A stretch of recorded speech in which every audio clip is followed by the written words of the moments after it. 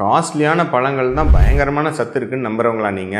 உங்களுக்காக தாங்க இந்த காணொளி. நிறைய பேர் நம்ம ஊர்ல இப்போ காஸ்ட்லியான பழங்கள் kiwi, avocado, dragon fruit, passion fruit இதெல்லாம் வாங்கி சாப்பிட்றாங்க. கிலோ 300 ரூபாய் 400 ரூபாய் வருது. ஆனால் இதில் நிறைய சத்துக்கள் இருக்குன்னு நம்புகிறாங்க. பார்த்துருவாங்க. கிவி பழம் நிறைய பேர் வந்து பார்த்திங்கன்னா விட்டமின் சிக்கு சூப்பர் அப்படின்னு சொல்லுவாங்க. ஸோ கிவியில் 100 கிராமில் உங்களுக்கு கிட்டத்தட்ட 90 மில்லிகிராம் விட்டமின் சி இருக்குது. ஆனால் இதோட விலை 300-400 ரூபாய் கிட்ட. ஆனால் அதே அளவு நம்ம சாதாரண கொய்யாக்கால 100 கிராமில் 220 மில்லிகிராம் விட்டமின் சி இருக்குது. கிலோ ஒரு 50 ரூபாய் 60 ரூபாயில் சூப்பராக நம்ம நாட்டு கொய்யால விட்டமின் சி கிடைச்சிடும். அடுத்தது டிராகன் ஃப்ரூட்டில் பயங்கரமான நீர்ச்சத்து இருக்குன்னு சொல்கிறாங்க.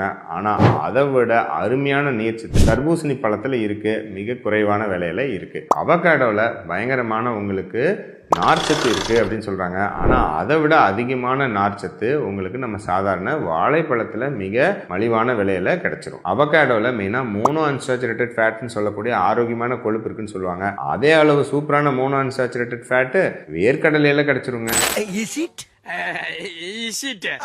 பேஷன் ஃப்ரூட்ல 100 கிராம்ல 1200 யூனிட் வைட்டமின் ஏ சத்து இருக்கு. சூப்பர் தானே அப்படின்னு நீங்க நினைக்கலாம். ஆனா அதே அளவு கிட்டத்தட்ட 1000 யூனிட் வைட்டமின் ஏ நம்ம சாதாரண பப்பாளி பழத்துல சூப்பரா இருக்கு.